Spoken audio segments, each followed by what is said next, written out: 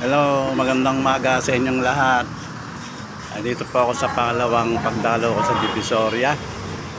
Sa araw na to, nakikita ko po sa inyo kasi December po ako nung dumalo noon. Ngayon, ano na, July.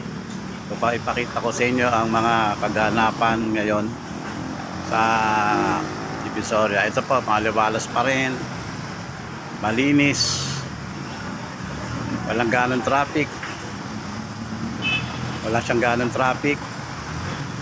Ayan, ito po yung ating kapulisan, yung lugar. Halos walang pinagbago. Mula nung nag-report ako sa pinost ko ito. December nun na mahaba pa ang gabi. Maiksi ang araw. Ayan po siya. Wala nang ganong basura. Umaga. Ayan po yan, oh. Ito po yung biyaheng Mabini, top. Pakanan po yan na abangan ng sasakyan, ng jeep. Ayan, nakita niyo po yung mga tao. Mga maaga pa lang, gising na. Mga nagkukumahog sa paghanap buhay. Ayan. Nalinis po. Mga ano yan, bandang ano po yan, alas 5 ng maga, Philippines time kung nasa abroad ka, ika nga.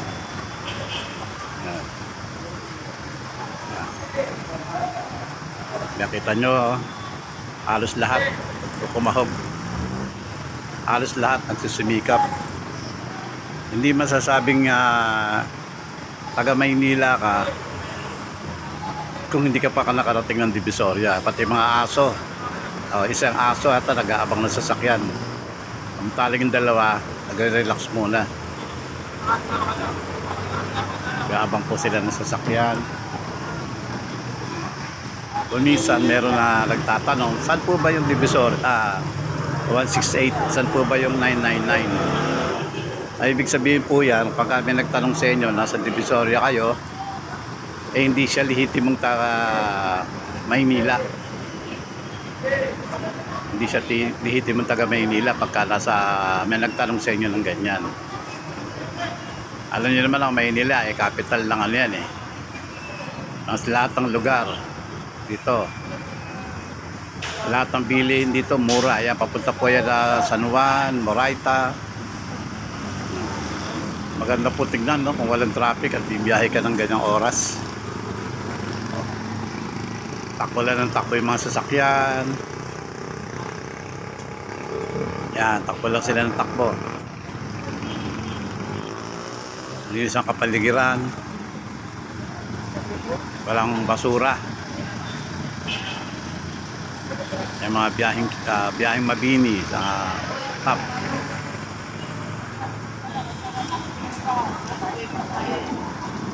Maliwanag po yan na talagang ang Divisoria hindi nagbago. Ito yung parang kumbaga sa ibang bansa, ang Hong Kong, capital shopping ng Hong Kong. Ang capital shopping ng mga bansa. Ito naman ang capital shopping ang Divisoria. Halo-halong tao, makikita mo rito na talagang dinadayo upang bumili ng mga kailangan nila. Mayaman o mahirap, bumibili sa Divisoria. Pera na lang yung mga talagang mga sobrang yaman. Ayan. Pero minsan may nakikita ko mga artista dumadayo ng Divisoria, nasa salubong ko sa mga pasilyo. Ito po yung oras ng mga bandang ano na po to. Mga alas 12 na po yan. Nasa taas po ako ng tulay upang makunan ko yung shoot. Kung ano naman pangyayari. Halos walang pinagbago, walang traffic. Hindi kagaya dati ng unang administrasyon ng mayor. Napalitan na po kasi itong umupong mayor, inayos talaga ang sitwasyon ng Divisoria. Ayan, inayos po talaga. Kaya kita nyo, dati ano ho yan, hindi ka makalakad dyan. Pagdating mo pa lang ng Soler, bababa ka na, maglalakad ka na hanggang Dagupan, hanggang Ilaya. Pero naayos naman po ng buting mayor ng nakaraan. Ayan, ito po yung Tutuban. Ayan po yung mga parte ng mga Tutuban. Ayan po yan na pag tumutulay, malinis din, safe ang mga tao.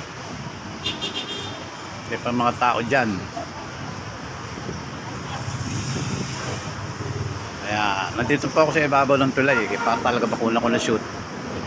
Alas 12 po yan, medyo kainitan talaga. Ganun talaga para makumpleto ang detalye. Hindi lang sa isang lugar tayo dito sa umikot. Ayan po yung mga mall na dati wala naman. Ayan po yan. Mga tao nagkukumahog din. Kahit tanghali na nagkukumahog pa. Ayan po. Ayan. Ayan mga bilihan. Hanggang Asuncion, tila walang traffic at maganda ang sitwasyon ng takbo ng mga sasakyan.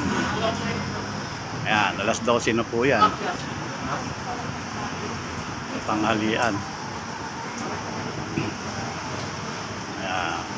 Lalaki ano po mga building dito. Mga dati wala naman.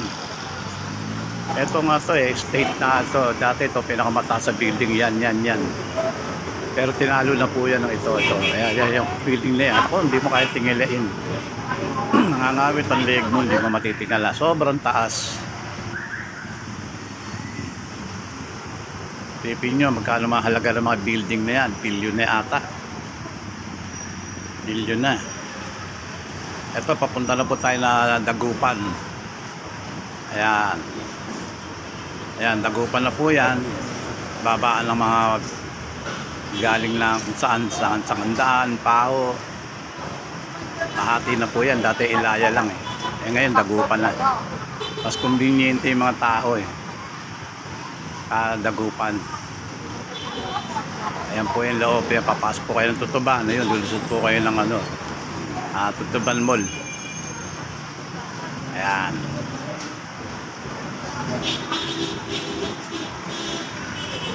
Ayan, kita niyo po ba?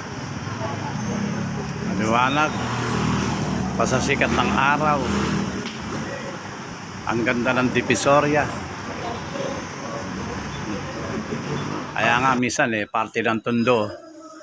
Sa Tondo man may langit din. Na lagi kong sinasabi. So hanggang dito na lang po.